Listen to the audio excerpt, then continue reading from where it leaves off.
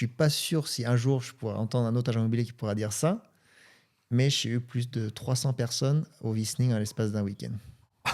Mmh. Sur une visite? Sur les 2 Sur 2 visites? visites en tout, j'avais 320 personnes.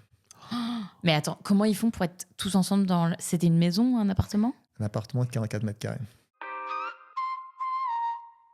Salut, c'est Lucie. Salut, c'est Alban. Bienvenue chez nous sur un nouvel épisode de Sous les aurores. Aujourd'hui, on part à la rencontre de Jonathan Spiaggiari, qui est agent immobilier à Oslo et qui est né de parents français expatriés à la base. Est-ce que tu peux te présenter en me disant ton prénom, depuis combien de temps tu vis en Norvège?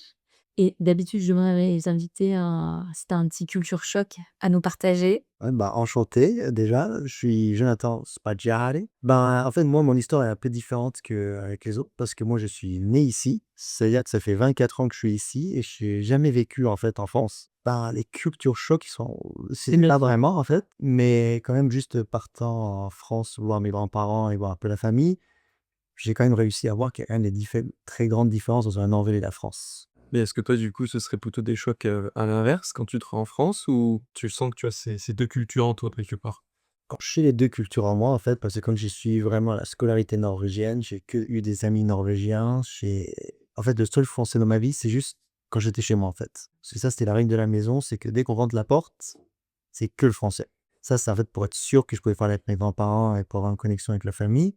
Mais pour l'identité, je suis quand même une identité un peu des 2 côtés, en fait. C'est-à-dire quand je suis à la maison, quand je vais avec maman, papa et cetera, c'est vraiment le français. Quand je suis avec mes grands-parents, c'est vraiment le français. Mais après, par exemple, ma petite amie qui est norvégienne, là, c'est complètement norvégien et on vit, en fait, de vie très norvégienne, plus que française, en fait. Est-ce que tu peux nous raconter un peu, comment tes parents sont arrivés en Norvège et du coup, comment toi, tu es arrivé par la même occasion en Norvège? Ben, en fait, c'est mon père qui a eu un contrat de genre 3 4 ans pour venir à une toute petite ville au sud de la Norvège, à Halden. Et en fait, il y avait une centrale nucléaire. Il avait eu un boulot là-bas pendant 4 ans. Maman, elle a dit: «Allez, on y va». Parce elle adore voyager, alors elle se dit: «Bah, c'est une nouvelle aventure, pourquoi pas?» Et ben, je pense comme beaucoup expatriés français, ils se disent: «OK, bon, on va rester encore une année et après on va voir ce qui se passe». Et ben, 27 ans plus tard, on est encore là, on se dit.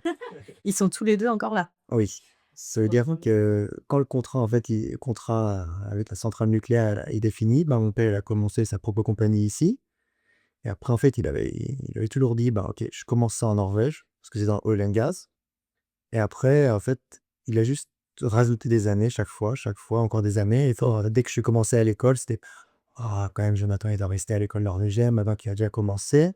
Et après aussi, faut rester honnête, c'est que le niveau d'école norvégien est pas au niveau français. C'est-à-dire qu'ils pensaient un peu à moi aussi, ils avaient peur que je pouvais peut-être pas suivre la scolarité française, en fait. C'est-à-dire ça, je pense que c'était un peu aussi une excuse pour qu'on restait ici, en même temps que le boulot, ça marchait bien. Et bah, maintenant, les 2 ils se disent aussi: «Ben, on a fait une carrière tous les 2 maintenant ici en Norvège, ben, pourquoi on va partir maintenant?» Et après, c'est plutôt, ben, la retraite, peut-être envisager de rentrer en France, mais ça, je pense que là, si on part trop tôt ici en Norvège, la retraite, elle va être très, très petite. C'est pour ça, je pense qu'il doit rester jusqu'à ses genre 70 ans, ça va encore, 15-20 ans ici avant de pouvoir envisager de rentrer sur la France, en fait. Mais bon, ils en sont pas trop malheureux, ça va? Non, ça, on a quand même une bonne vie ici, hein. Ouais. Entre la nature et après aussi, c'est la simplicité des choses aussi. Vous venez d'où en France? Ben, ça aussi, j'ai encore des histoires un peu spéciales. Heu Ça va déjà arriver, j'aurais dit l'Italie à la base, mais tu m'as dit en off qu'il y avait pas trop, D'où Spaggiari ça vient. On a essayé de creuser un peu dans la family tree pour essayer de Ouais. comprendre. On n'a pas vraiment une très bonne réponse et en plus, c'est que ça vient du côté de mon père. C'est que ça, on sait encore moins de pourquoi, mais lui, en tout cas, il a grandi à Montpellier. Mmh. Il vit tout le temps à Montpellier et maman, elle a une histoire un peu plus spéciale parce qu'elle a grandi en Afrique. C'est en fait, elle a jamais vraiment vécu pendant des longues périodes en France parce que dès qu'elle est rentrée en France après avoir grandi en Afrique, ben, elle a rencontré papa. Et après 2 3 ans avec papa, ils ont dit: «Bah, on va en Norvège pour essayer, sur un contrat pour travailler en Norvège». Et pour ça, en fait, elle a pas vraiment de racines, En sur la France. France, en fait. Et après aussi, c'est les opportunités, hein. C'est que, ici, quand même, je pense comparé à un salaire français, les salaires ici sont un peu plus importants. C'est-à-dire que les possibilités de voyager aussi, faut avoir de l'argent pour voyager aujourd'hui. C'est-à-dire que la possibilité de pouvoir voyager, elle est absolument là. Parce qu'elle, chaque fois que je parle avec elle, ben, c'est un nouveau voyage qui a été commandé. Quel souvenir tu as de cette enfance en Norvège? Ben, moi, en fait, le côté positif d'avoir vécu dans une petite ville, je trouve que vraiment mon enfance a été absolument fantastique. C'est vraiment, en plus, on n'avait pas encore les téléphones à ce temps-là. C'est-à-dire que ça, c'était vraiment, on était tout le temps dehors, du matin au soir. On rentrait de l'école, on mangeait un peu. Et après, on allait chez les copains, on allait en forêt, faire des petites maisons dans les forêts. On essayait en tout cas. Ouais. Mais ça, c'était vraiment bien. Et aussi, c'était la sécurité d'être dans une petite ville. C'est que tous les matins, j'avais mon meilleur ami qui vient toquer à la porte à 7h30. Et après, on prenait les vélos pour aller à l'école. Alors vraiment, l'enfance, je trouve ça une enfance absolument parfaite. Mm. Et en plus, c'est aussi mes souvenirs en France. Hein, parce que ça, c'était toujours... c'est important pour mes deux parents de toujours m'amener souvent en France pour que j'ai une vraie relation avec mes grands-parents. Comme eux, ils ont déjà fait leur carrière, ils vont pas bouger de la France. Mais c'est toujours essayer de faire 1 à 3 voyages par an pour aller voir mes grands-parents, qui était très important. Et aussi, je remercie maman comme papa aujourd'hui qu'on a fait ça, parce que j'ai vraiment des très, très, très bonnes relations avec mes grands-parents. Et c'est vraiment un plaisir de rentrer en France pour... Déjà, la culture française, ça, c'est une chose. Ouais. Mais après aussi, c'est vraiment de parler avec mes grands-parents et aussi juste pouvoir conserver le français aussi. Parce que ça, je trouve que c'est important pour moi de pouvoir conserver mon identité française et la langue française aussi. Et ça, c'est vraiment quand je peux rentrer en France et montrer aussi à ma petite amie la France et tout, c'est vraiment un très, très grand plaisir. Et comment c'est d'être une famille française dans une petite ville norvégienne? Ben, c'est que nous, en fait. Hein. Et ça, c'est vraiment que nous, parce que surtout, quand j'étais très petit, genre avant 6 ans, etc., il y avait beaucoup de familles expatriées. Alors, ça allait bien, parce qu'en fait, tout le monde parlait anglais entre eux. On avait des Portugais, des Espagnols, on avait tout le monde. Et d'un coup, ben, quand les contrats d'expatriés sont finis pour tout le monde, nous, on était un des peu qui sont restés, en fait. Ben, après, on était un tout petit peu seuls, parce que, en fait, dans cette ville, il n'y a que des Norvégiens. Et mes deux parents, ils ne parlaient pas nécessairement la langue hyper bien. C'est-à-dire que ça limitait un peu les connaissances. Et ben pour moi, comme enfant, on trouve toujours des amis de partout. Mais après, pour mes parents, c'était un peu plus compliqué. En fait, on a compris que nous trois, on était bien ensemble, en fait. Hein. C'était juste moi, maman et papa, le petit team qui était ensemble. On était hyper contents comme ça. Et ça se passe encore hyper bien. Alors, on s'est vraiment... créé beaucoup comme une famille, parce que c'était que nous trois. À cause de la langue, etc., c'était vraiment nous trois, fallait vraiment rester ensemble. Que tous les challenges, c'était un peu nous, et en plus, comme sûrement beaucoup de Français qui viennent en Norvège, il y a beaucoup de choses à comprendre aussi, comment le système il marche, qu'est-ce qui est le meilleur pour nous, qu'est-ce qui est le meilleur pour nos fils, parce que comme eux, ils ne connaissent pas comment l'école marche, essayer de comprendre avec ce que je leur dis, comment l'école marche, etc. C'est-à-dire qu'eux, ils apprennent en même temps que moi, en fait. Ah ouais, c'est clair. Comment tout marche, parce qu'eux, ils n'avaient jamais planifié de rester ici. C'est-à-dire que moi, normalement, je aurais une enfance française et tout, normalement. Et d'un coup, c'est le choc. Ben non, en fait, on va pas rentrer en France, on va rester encore. Et c'est essayer de trouver tous ces challenges ensemble comme une famille. Mais moi, je pense que je suis content. Exactement. Et moi, je suis très content qu'on est comme ça, même si ça aurait été quand même spécial aussi de rentrer en France. C'est vraiment rester dans son pays d'origine, on va dire. Mais moi, je vois ça que positif, moi, rester ici. Bah oui. Et je me dis, ça m'ouvre les portes pour rentrer en France si un jour je souhaite. Ou sinon, je peux rester aussi ici. Ça donne toujours deux possibilités ouais. si j'ai envie. Et c'est la même chose avec la carrière aussi. Je sais que mes grands-parents, ils ont toujours dit « Ah, tu devrais rentrer en France, devenir agent immobilier là-bas. » C'est-à-dire que je sais qu'il y a des portes ouvertes en France pour moi, si je souhaite. Et ça, je trouve ça très positif, surtout à mon âge, de quand même avoir plusieurs portes ouvertes si d'un coup, je vais de faire un changement de carrière demain, en fait. Ouais, juste parce qu'on dit que les Norvégiens, ils ont leurs amis d'enfance qui suivent pendant tout leur cursus. Est-ce que ça a été la même chose pour toi? Absolument. Ça, c'est vraiment... j'ai un tout petit groupe de genre maximum 10 personnes que ça fait depuis l'enfance. C'est que nous, en fait. Et même si genre maintenant, je rentre beaucoup moins souvent voir mes parents à cause du boulot, mais ça reste toujours, si j'envoie un message, OK, ben, je rentre ce week-end, est-ce qu'on se voit tout le monde? OK, parfait, on va chez qui? Et ça, c'est vraiment un petit plaisir que même à 24, 25 ans, que juste on envoie un message dans le groupe et à tout le monde qui se rencontre, tout le monde est prêt, on essaye toujours de trouver une solution pour qu'il y ait plus de personnes qui peuvent venir au possible.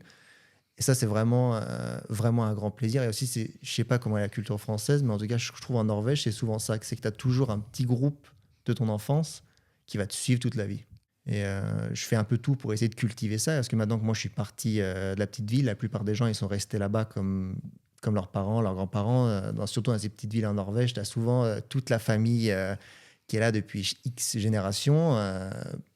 C'est pour ça, je sais qu'il y a encore, la plupart des gens, ils sont encore restés chez eux. Mais c'est pour ça, chaque année, moi, j'ai un dîner chez moi pour être sûr que tout le monde, il peut rentrer de leur ville différente et tout, pour vraiment faire on va dire, une mini réunion de tout le monde. Et ça, c'est vraiment un plaisir aussi d'avoir ces repas près de moi, en fait. Et à quel moment t'es parti à Oslo?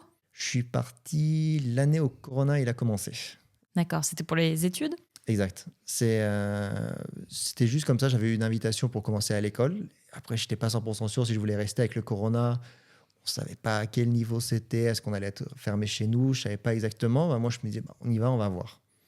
J'ai accepté l'invitation un soir, parce que j'avais attendu jusqu'au dernier jour, parce que je n'étais vraiment pas sûr si j'allais commencer à étudier ou si j'allais rester encore une année à la maison. Parce que c'était rester quand même tranquille à la maison, c'est que tu n'es pas besoin de payer pour à manger, ça reste quand même tranquille. Mais après, je me dis, j'ai quand même 19-20 ans, c'est peut-être le temps de partir aussi. C'est-à-dire que j'ai attendu jusqu'à la dernière heure, le dernier jour, j'ai accepté. Après, j'avais une semaine pour déménager, pour d'un coup commencer une nouvelle vie à Oslo.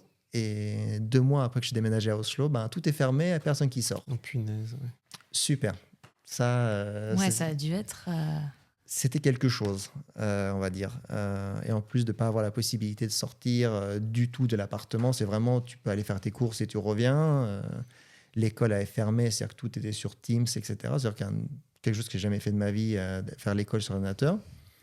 C'est-à-dire que ça, c'était un peu un challenge de faire les études comme ça, surtout que quand on a 20 ans, c'est pas exactement se réveiller à 8 h du matin et regarder son ordinateur pour faire les cours. C'est plus facile si on peut aller physiquement à l'école, en fait. Mais après, je trouve que ça s'est bien passé. Hein. C'était quand même 1 ou 2 ans complètement enfermé. Mais après, on a quand même essayé de voyager un peu comme il faut. Mais après, c'était de rester 2 semaines coincé chez soi avec la quarantaine, etc. Ça allait, mais c'était un début un peu lourd aussi. Parce que tu n'as pas la possibilité de faire des nouvelles connaissances. C'est-à-dire que tu viens dans une ville, tu connais personne. Et tu n'as même pas la possibilité de sortir, voir quelqu'un, en fait. C'est-à-dire que c'est vraiment juste toi dans ton petit cocon, tout seul. C'était un peu une expérience, mais on grandit. Tu as parlé de ta copine qui est norvégienne, mais une particularité, elle est Sami. Exact, oui. Et ça, j'aimerais un peu, parce que quand on arrive en Norvège, après quelques années, moi j'étais déjà un peu, on va dire, sensibilisé aux Samis, parce que j'avais voyagé en Finlande. Donc les Samis sont présents, je crois, Norvège, Suède et Finlande, au moins. Principalement, oui. Ouais. Et ils sont aussi très protégés ici, parce que c'est vraiment leur, on va dire, début de culture. Alors c'est vraiment, faut pas y toucher. Voilà. Ça, on va dire ça comme ça. Ouais. Donc c'est une culture dans la culture, et je voulais savoir un peu toi, en vivant avec une Sami, parce que j'en connais pas plus que ça au final. Comment elle te peut-être aussi te transmet soit sa culture, ou comment toi, au travers de sa famille, tu vis ça. Il y a quand même beaucoup de choses à dire là-dessus qui est très positif et qui est très nouveau en fait pour moi qui viens d'une toute petite ville au sud et d'un coup je rencontre une fille qui est complètement du nord. Et déjà, je sais pas ce qu'ils vous avez déjà dit sur les Norvégiens, mais les Norvégiens sont très connus pour être très froids. Ça, je sais pas si ça a été dit sur le podcast, mais ils sont quand même très très froids comme gens. S'il n'y a pas d'alcool, ça a été dit aussi sur le podcast. Là-haut, comme ils sont pas beaucoup, ils sont très familiales. Vraiment, mais très familiales. Et ça, c'est un truc qui m'a charmé tout de suite avec elles, parce qu'ils sont beaucoup plus près de nous, les Français, parce qu'ils sont vraiment, on va dire, très chauds avec la famille. C'est-à-dire que la famille, c'est vraiment important, et aussi de pouvoir aider chacun et l'autre. C'est comme ils sont pas beaucoup de gens, et ils n'ont pas envie de perdre leur fameuse culture. Ils sont très connectés entre eux, en fait. Mais aussi, il faut dire, elle vit pas dans les tentes. Hein. C'est-à-dire que là-haut, quand je vais là-haut, c'est pas qu'on vit dans les tentes. Oui, non, mais voilà, tu fais bien de le préciser. C'est pas à ce niveau-là. Parce que ça, tu as aussi des niveaux différents. C'est-à-dire que tu as les gens qui sont qui ont eu sûrement des grands-parents ou des arrière-grands-parents qui ont vécu sous les tentes, sur les montagnes, etc. Et tu as les gens qui ont été un peu plus, qui sont un peu tombés plus dans la culture, on va dire, normale. Mais il reste quand même beaucoup de cette culture en elles. Ou sa famille aussi, avec leurs traditions à eux. Et par exemple, eux, c'est en Norvège, ici au sud, on a des bunad. Eux, ils ont leur fameux kufta, tout bleu, avec leur petit chapeau et leurs chaussures de reine. Un peu relevé, là, ouais. Exactement. Ouais. Et je sais que ma petite amie, elle a une chose comme ça, mais elle me l'a jamais montré. Mais j'ai vu des photos d'enfance là où elle portait son fameux bunad bleu ou son kufta bleu, et je trouve ça hyper cool. Mais vraiment, si on parle des chocs culturels, c'est que les premières fois que je suis venu là-haut, j'allais là-haut, c'est vraiment ce qu'ils mangent. Ah oui?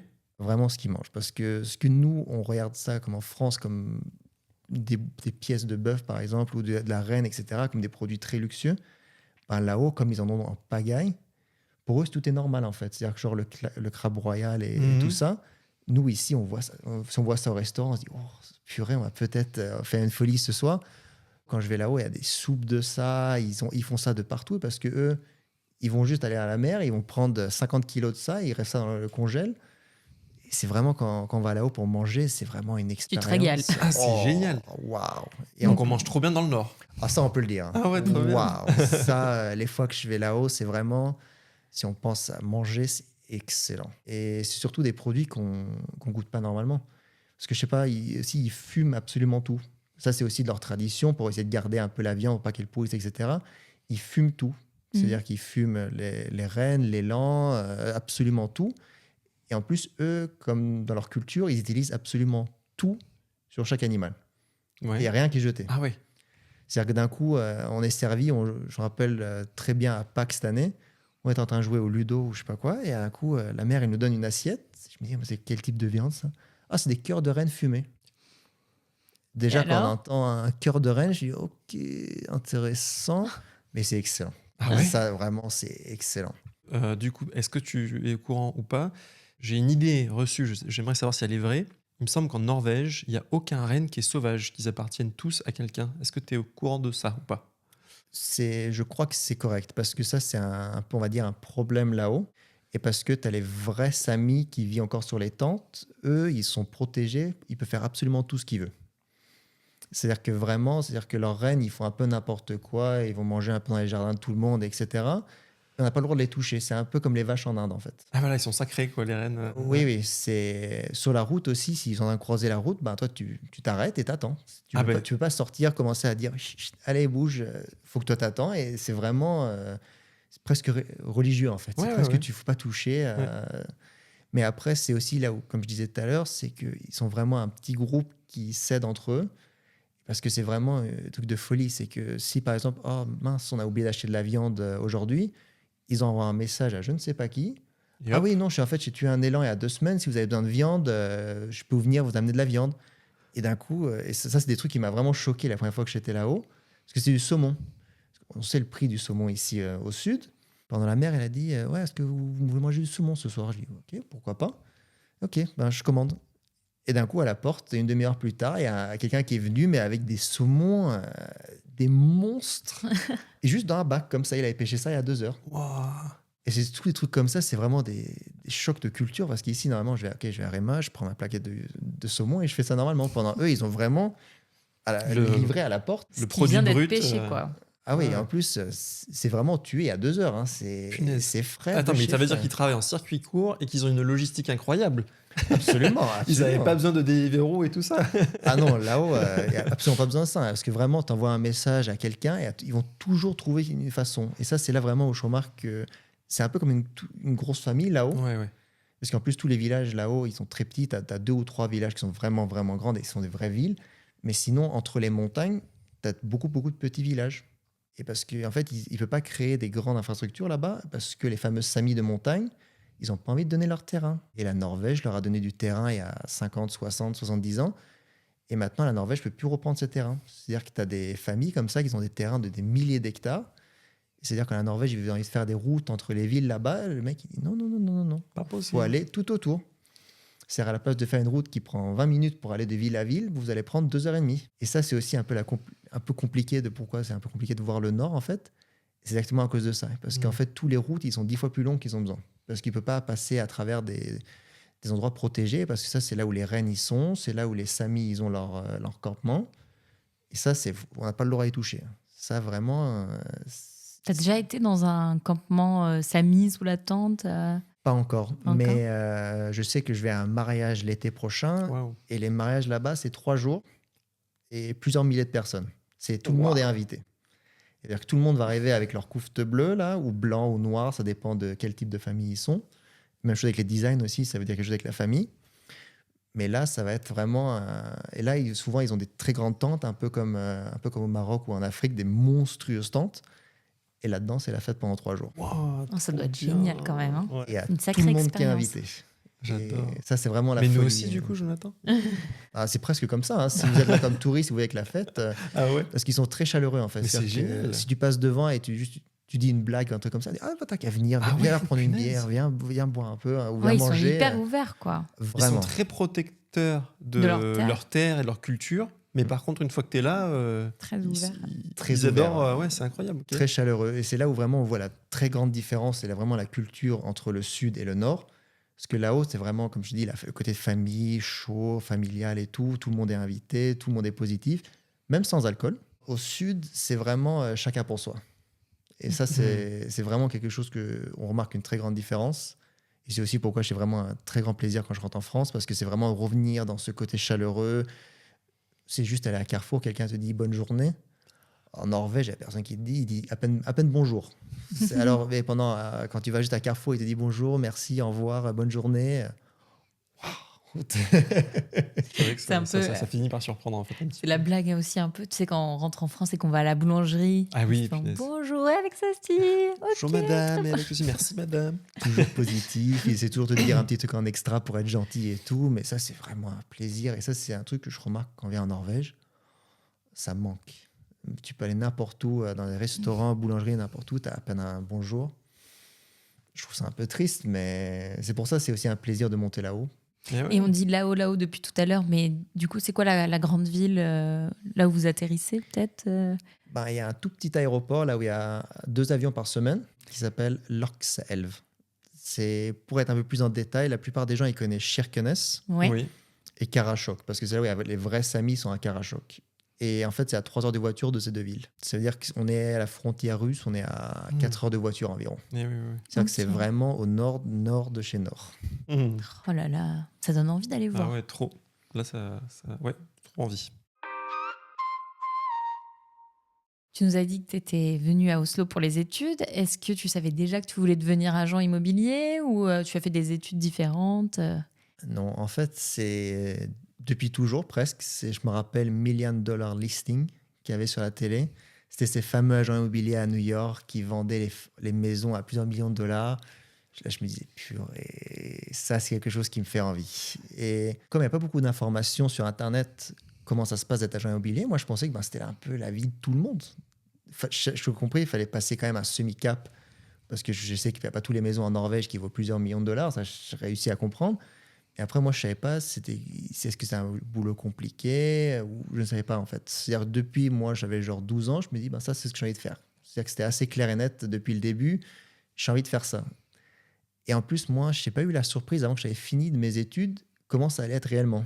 Parce que dans les études, comme nous, en Norvège, on marche comme notaire et agent immobilier. C'est-à-dire qu'à l'école, principalement, on apprend tout le côté notaire, en fait. Tout le côté de la droit, etc., pour être sûr que tous les documents sont bons. En fait, ils ne nous racontent jamais comment le boulot il se passe. Il n'y a pas de. Vous êtes comment que dans appelle le, ça, on va dire, d'internship. l'administratif, le législatif. Il n'y a pas la pratique. Vous n'êtes pas encore sur de- le terrain. Ouais. Exact. Et c'est là où, en fait, c'est-à-dire pendant 3 ans, tu te dis, OK, pas de problème. Et la raison pourquoi il ne nous apprend pas comment faire le boulot, c'est parce que, en fait, on ne sait jamais quel type d'agent immobilier tu veux devenir. Parce que ça dépend, est-ce que tu veux travailler dans la grande ville, petite ville, tu veux travailler avec les maisons secondaires dans les montagnes. Et c'est pour ça, en fait, il ne peut pas nous apprendre comment devenir agent immobilier parce que c'est hyper différent dépendant où dans le pays tu vas finir, en fait. Parce que, par exemple, tu as des gens qui focusent beaucoup sur vendre des biens un peu perdus au nord de la Norvège. Et là, par exemple, c'est vraiment une autre façon de marcher, en fait. C'est un marché complètement différent. Et c'est pour ça qu'il ne peut pas apprendre comment être un agent immobilier, parce que c'est vraiment très différent dépendant où tu es dans le pays et quel type de bien tu vends. C'est pour ça, moi, dans ma tête encore, même quand j'étais à l'école, je me disais, ça va quand même être comme Million Dollar Listing. Je pensais vraiment que tout le monde t'appelle, tu es prêt à vendre, ça va être hyper bien, ça va être hyper cool. Du Et coup, ça dure combien de temps les études c'est un bachelor. C'est-à-dire que tu as 3 ans de bachelor. 3 ans. Et après, tu as 2 ans là où toi, tu n'es pas 100% agent immobilier, mais tu suis quelqu'un, mais tu peux quand même vendre un peu toi-même. Mais toi, tu n'as jamais la dernière signature sur aucun document. C'est-à-dire que tu dois toujours être double-checké comme tout. Comme souvent, les avocats, dans la plupart des pays, c'est qu'ils ont 2 ans de test pour être sûr qu'ils ne mettent pas quelqu'un en prison qu'il faut mettre en prison, en fait. Ouais. Et c'est la même chose pour nous. C'est-à-dire pendant 2 ans, on est un peu suivi pour être sûr qu'on ne fait pas de conneries, et on sait un peu ce qu'on fait. Et après 2 ans, tu deviens agent immobilier. Et en fait, c'est pas avant que j'ai fini mes études, j'ai appelé mon boss, j'ai dit enfin, je peux commencer parce que j'avais commencé un peu doucement à travailler comme, on va dire, assistant pendant que je faisais mes études pour avoir un peu d'argent sur le côté. Et en fait, c'est juste que le jour que j'ai appelé mon boss, j'ai dit enfin, j'ai fini les études. Et après, il dit ok, parfait, ben, tu viens au boulot vendredi, on commence. Je me dis ok, ben, ça va enfin commencer. J'ai commencé à vendre les appartements tout de suite, ça va être cool. Et j'arrive lundi. Où sont les caméras? Je suis prêt. C'est presque ça. Hein. Je compris que ça allait pas être au niveau d'avoir un chauffeur qui m'attend la journée comme à ce $1 listing. J'ai compris ça. Mais je me disais que je pensais que ça allait venir plus simplement, en fait. Ouais. C'est que les gens, ils viennent à mon agence. Bonjour, au revoir. Ok, ça, c'est vous espérez d'avoir X millions pour votre appartement. Ok, je vais vous aider à le vendre. En fait, c'est pas ça du tout. On devient un vendeur de téléphone, mais x10. Et surtout qu'on n'essaie pas de vendre un abonnement de téléphone à 20 € par mois. On essaie de nous vendre nous-mêmes et notre procès qui est plutôt plus près des 100 à 200 000 krones. C'est-à-dire que c'est un peu compliqué. C'est-à-dire que lundi, moi, j'étais tout prêt. Allez, on va partir, etc. Et moi, je pensais qu'il allait me donner peut-être des fichiers à vendre. Je pensais que c'est comme ça. Ça marchait un peu comme sur la télé, en fait. Non, il me dit, ben, ok, ben maintenant, tu vas t'asseoir là et tu vas commencer à appeler. Je dis, ok, ben, je vais commencer à appeler des gens qui ont acheté de nous il y a 2, 3, 4 ans, demander comment ça va, et est-ce que vous souhaitez vendre. Et en fait, moi, je suis tombé de haut, mais de haut. Ouais. Je pensais vraiment que ça allait être. Je pensais vraiment que ça allait commencer à vendre tout de suite. Dans le dur, dans le chaud, dans l'action, quoi. Ouais, je pensais que mes journées allaient être pleines, mais vraiment rencontrer, tu sais, genre 3, 4, 5 gens tous les jours pour préparer et tout. Mais tu nous disais que ça dépendait beaucoup aussi de la localisation. Toi, tu as commencé où? Moi, j'ai commencé à Oslo. À Oslo. Qui Ouais, est- donc quand même, c'est un marché dynamique normalement. Mais c'est aussi le marché le plus dur parce que tu es en Très concurrence tendu, avec voilà, les c'est ça. meilleurs. Et ouais. Mmh. C'est-à-dire que moi, je viens juste de commencer hier. Je vais rencontrer quelqu'un qui a 20 ans dans le métier. Logiquement, ils vont pas me choisir moi. C'est-à-dire que ça aussi, c'est un peu compliqué de pouvoir commencer quand t'as... Se vendre, ouais. Ouais, ça, c'était un peu la surprise. Et après, tu commences à appeler, tu appelles. Et les gens, la plupart du temps, ils n'aiment pas trop être appelés parce que les Norvégiens, comme on a déjà dit, ils sont pas très chaleureux. Ouais, même les Français, hein, quand tu les appelles, Ouais. souvent, pour avoir fait comme petit boulot du phoning, je me rappelle qu'on me raccrochait beaucoup au nez. Heureusement, ils ont un peu le respect quand même. Ils vont quand même te dire non, je suis pas intéressé, au revoir. C'est-à-dire qu'ils vont pas juste te raccrocher au nez. Heureusement, parce que là, je pense que j'aurais perdu, t'aurais fait- la tête. Hein. Ouais. Donc, du coup, tu devais appeler les gens pour savoir si ils comptaient vendre à plus ou moins long terme. Tu devais, en fait, à la base, rapporter des listings, en gros, à ton agence. Exactement. Et c'est même encore aujourd'hui, après 2 ans, ça reste encore la même chose, mais c'est un peu plus simple quand tu peux montrer que tu as déjà vendu, par exemple, le voisin, etc. C'est un peu plus simple. Et aussi, des fois, tu as des gens qui te contactent, alors ça aide beaucoup. Mais le premier jour, là, être assis avec mon boss, il est juste derrière moi en train d'écouter ce que je dis pour être sûr que je dis ce qu'il faut, etc. C'était un sacré début, on va dire, quand même. Et surtout, le choc quand tu crois que tu vas commencer à vendre dès le premier jour et en fait, il faut que tu attends 4 ou 5 mois avant ton premier dossier. Ces 4-5 mois, ils sont quand même très longs. Ouais, j'imagine. Et même si j'ai la possibilité d'aider un peu les gens autour de moi pour apprendre un peu, et je vois les gens autour de moi, ils réussissent, et après toi, tu es là. Non. Il n'y a personne qui te dit oui, tu n'arrives pas nécessairement à rentrer chez les gens, etc. C'est un métier qui est un peu compliqué. Au départ, du coup, il faut se faire son petit réseau. Absolument. Il faut vraiment que tu te fasses ton fameux bouquin et ça, avec en fait, ta liste de clients. C'est-à-dire que le début était un peu choquant comparé à ce que je pensais, mais je suis encore là après 2 ans. Et je trouve que ça a pris un peu de temps pour commencer, ça c'est sûr. Mais maintenant, après 2 ans, c'est un boulot qui est quand même très intéressant parce que tu rencontres plein de gens différents et aussi dans des situations différentes. Et tout est un peu un challenge parce que ça dépend quel type de client tu vois. Comment toi, tu dois changer ta personnalité un peu. Parce qu'après, tu as des gens qui ont vraiment besoin de rester avec toi pendant 2 heures pour vraiment parler tout de A à Z. Nous. Ouais. Non, mais oui, carrément, nous, on a besoin de beaucoup parler, d'avoir du temps, de limite avoir une espèce de connexion avec l'agent. On en parle pas mal dans notre épisode de la vente de l'appart. On avait cru comprendre que, pareil, nous, on avait besoin de l'âme de la maison. On était très heureux de connaître l'ancien propriétaire, c'est hyper important. Est-ce que toi, les Norvégiens ont besoin aussi de cette connexion avec l'agent ou pas forcément? Ça dépend de tout. Ça dépend beaucoup. Ok. Tu as des gens vraiment, tu crois presque qu'ils n'ont pas envie de te voir, ils ont juste envie de savoir combien ça coûte. Voilà, ouais. et combien de temps ça va prendre. C'est-à-dire Ok. que ça, c'est un type de client. Il y en a des transactionnels, en gros, ouais. Exactement. C'est-à-dire que vraiment, ils t'appellent, ils disent OK, combien ça coûte, combien je peux avoir pour le bien, et ça va prendre combien de temps. Et après, en fait, c'est vraiment, tu rentres, tu sors une demi-heure et c'est fait. Des fois, c'est positif, des fois, c'est négatif, ça dépend de qui tu rencontres. Et après aussi, c'est comme tu dis, il y a beaucoup de gens qui sont très intéressés. Ça veut dire qu'ils ont envie de savoir un peu sur toi, comment tu penses faire tout le procès, pourquoi je devais te donner ce dossier, en fait, pourquoi je te choisis toi. Et c'est là où tu comprends, en fait, moi, il faut que j'essaye de parler de la maison comme si c'est la mienne et parler vraiment très positivement, on va dire. Hmm.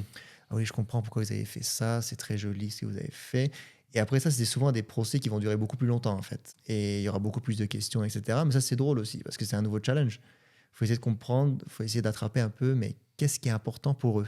C'est-à-dire que peut-être, ça peut être qu'ils ont choisi la couleur des murs parce qu'ils ont vécu là-bas, et là-bas, c'est très populaire, ces couleurs sur le mur. Il y a des milliers d'exemples différents, et ça, c'est toujours intéressant, ça devient vraiment un challenge. C'est-à-dire que même si je discute, j'essaie de trouver, c'est vraiment essayer de trouver le truc qui va faire le clic, qui fait qu'ils vont choisir moi. Et des fois, si tu trouves pas le clic, il y a quelqu'un d'autre qui va trouver le clic, et après, c'est perdu. Ça, C'est ça, le jeu. C'est le jeu, et c'est la réalité des choses. Hein. C'est que quand tu appelles le lundi matin, après d'avoir été là-bas le vendredi, oui, bonjour, comment ça se passe? Vous allez bien? Oui, on allait se reparler aujourd'hui pour savoir qu'est-ce qu'on fait. Ah oui, non, j'ai choisi quelqu'un d'autre. Ça, c'est OK, ben, lundi 10h, on commence déjà là. OK, super. Qu'est-ce que tu dirais qui, justement, peut engendrer ce déclic entre une personne et un agent? Est-ce que c'est qu'une question d'argent ou pas, justement? Parce que et par argent, pour clarifier, je parle de la commission, parce qu'en général, c'est rapidement, nous, on a été parfois vendeurs et parfois acheteurs. Et une manière de comparer, c'était de voir le taux de commission de chaque agent en fonction générale de son ancienneté. Il y a aussi des agences qui vont être plus ou moins chères. Nous, on l'a déjà dit avant, on marche beaucoup aussi l'émotionnel, la connexion est très importante. Donc je me rappelle qu'on n'avait pas choisi le moins cher, celui qui nous avait le plus plu pendant la conversation notamment, et le process qui nous déroulait en fonction de nos contraintes, un process dans lequel il disait mais ne vous inquiétez pas, tout ça on va pouvoir le faire avec, même si vous allez bouger en France, blablabla. Ton point de vue, c'est quoi toi? Est-ce que c'est qu'une question d'argent ou pas non plus? Souvent, ça peut être l'argent, et très souvent, c'est l'argent aussi. C'est pour ça, en fait, quand on fait le premier appel, on essaye toujours de creuser un peu, parce que si on sait que c'est de l'argent, c'est ça, en fait, vraiment le deal qui peut make or break the deal, ben, on se prépare avant qu'on sorte. Ben, à la place de vraiment se faire bien payer sur ça, tu dois être préparé de donner une somme qui est moins importante. Et après, ce qui est important aussi à savoir, c'est d'essayer de creuser pour savoir c'est qui tes concurrents.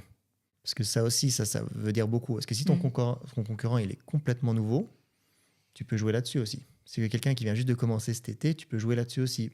Mais là, tu peux perdre, parce que souvent, au début, tu vas te mettre un prix qui est hyper, hyper bas, mais vraiment, on parle de 30, 40 000 moins cher que quelqu'un de normal, parce qu'ils ont juste envie d'avoir un dossier, pour avoir leur premier dossier, en fait. Ça peut être des discussions un peu compliquées, parce qu'en fait, tu n'as pas envie de parler mal sur quelqu'un, parce qu'après, ça va être négatif pour toi. Si tu dis que, ah oui, tu as invité celle-là chez toi, c'est pas bien. Hein. Et après, ils vont se dire, il est en train de parler mal sur les autres, c'est pas quelqu'un que j'ai envie d'avoir autour de moi. Ça veut dire que des fois, ça aussi, c'est des challenges, que tu as des nouveaux qui ont vraiment envie de désespérer pour prendre un dossier. Et Donc toi, quand tu dis ils vont baisser de 30, 40, c'est leur propre commission.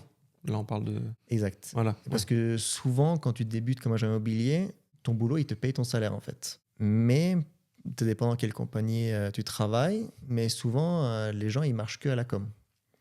C'est-à-dire, pendant 6 mois, eux, ils ont un salaire fixe de leur compagnie, c'est-à-dire qu'il n'y a pas de problème. Eux, ils peuvent prendre vraiment des prix hyper pas chers, juste pour essayer d'avoir quelques dossiers, pour commencer un peu plus rapidement. Mais c'est pour nous qui sont payés que à la com, ça devient un peu plus compliqué, parce que nous, il faut qu'on reste sur des sommes pour qu'on ait un salaire, parce que nous, on a quand même des choses à payer. Hein. Et sinon, si toi, tu réussis pas à vendre, ben, ton salaire... Donc toi, tu n'as pas le même salaire tous les mois? Non. C'est en fonction de tes commissions. Exactement. Ok, ouais. Donc ça motive au moins. Ça motive, mais ça stresse aussi. Ouais, j'imagine. Parce que comme tout dans la vie, ça monte et ça descend. Hein. Des fois, tu as des périodes, tu crois que ça va se passer hyper bien. Et après, le mois prochain, ça peut être un peu plus compliqué. Heureusement, ça, j'ai un peu la chance avec ça, parce que là, la compagnie où je travaille, je reste sur un fixe tant que je ne dépasse pas un cap. Ça veut dire, on va dire, l'équivalent à 20 ventes environ. Tant que je n'ai pas fait mes 20 ventes, je serai quand même un salaire fixe tous les mois. Ah, ok. Mais dès que je dépasse ces fameuses 20 ventes, c'est-à-dire que mon boulot ne peut pas me payer plus d'une somme X. C'est-à-dire qu'après, c'est par exemple dit que déjà à l'été, pendant 6 mois, j'ai vendu comme un fou et j'ai réussi à faire des très jolis salaires. Après juin, je n'ai plus de salaire si je ne vends pas. Parce qu'en fait, j'ai dépassé le fameux cap que mon boulot, ils sont OK pour me payer. Ça veut dire que tu as des gens qui ont peut-être beaucoup de chance au début de l'année, qui vont vendre beaucoup, et après, d'un coup, dès juin, là, c'est vraiment, tout va être à la com. Ok. Et en plus, on entend beaucoup parler de la saisonnalité, que les gens, ils préfèrent vendre ou acheter au printemps, en gros. Est-ce que toi, tu le vois, tu vends beaucoup plus en mai qu'en novembre, par exemple? Ouais, parce que surtout, les Norvégiens, ils vont vraiment faire exactement ce que le voisin il va faire. Ça, c'est vraiment la façon norvégienne à faire. C'est que si je sais que les voisins en dessous et les voisins au-dessus, ils vont vendre dans cette période-là, je vais me dire, OK, moi aussi, je vais vendre dans cette période-là. Bon, ok. C'est vraiment ce qu'on appelle en norvégien flock mentalitet. C'est-à-dire que c'est vraiment comme si un le fait, tout le monde va suivre après. Et c'est pour ça on voit que le marché, depuis 10 ans, il fait exactement la même chose, les mêmes mois, et on voit le même changement en fait, de trend. C'est-à-dire qu'on voit que chaque année, dès novembre, il arrive, le marché il tombe.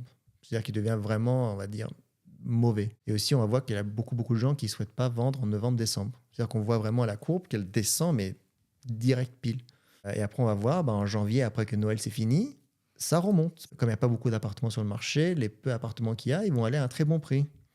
Et après, tu as les news qui vont dire « Oh, le marché, il est fantastique ». Et après, tout le monde qui t'appelle en panique, il faut qu'on vende maintenant. Ça, c'est la même chose chaque année que janvier, mon téléphone, il n'arrête pas. Parce qu'ils ont vu dans les news sur E24 ou sur DN.no que le marché, vraiment, il est hyper bien. Tout le monde, il faut vendre maintenant, it's your time. Et c'est-à-dire que d'un coup, il y a tout le monde qui a envie de se retourner. Et après, on voit que, comme tout le monde s'est retourné, d'un coup, ils ont envie de vendre tout de suite. Il y a trop d'appartements sur le marché qui vient. Et là, c'est le contraire. Ça fausse le marché à nouveau. Exact. C'est-à-dire qu'on arrive sur Mars, ça s'aplatit. Et après, on attend que tous ces appartements se vendent. Et après, l'été, tu as un dernier petit pic. Et l'été, comme tout le monde est en vacances, ils n'ont pas envie de commencer à penser d'acheter un appartement ou une maison ou une UTE, par exemple. On voit que l'été, ça redescend. Et maintenant que mes vacances sont finies, ça recommence. C'est-à-dire qu'on voit au mi-août, ça remonte. Et ça fait 10 ans que c'est exactement la même courbe, les mêmes mois, les mêmes pics et les mêmes descentes. Et c'est parce que vraiment, la mentalité norvégienne, c'est que faut rester safe. Janteloven, en fait, il ne faut pas faire différemment que les autres. C'est-à-dire que si mes voisins ils font ça, moi, il faut que je fasse exactement la même chose. Ah ouais. C'est pour ça on voit aussi que les biens qui se vendent le mieux, c'est parce qu'ils ont fait exactement ce qui est populaire maintenant.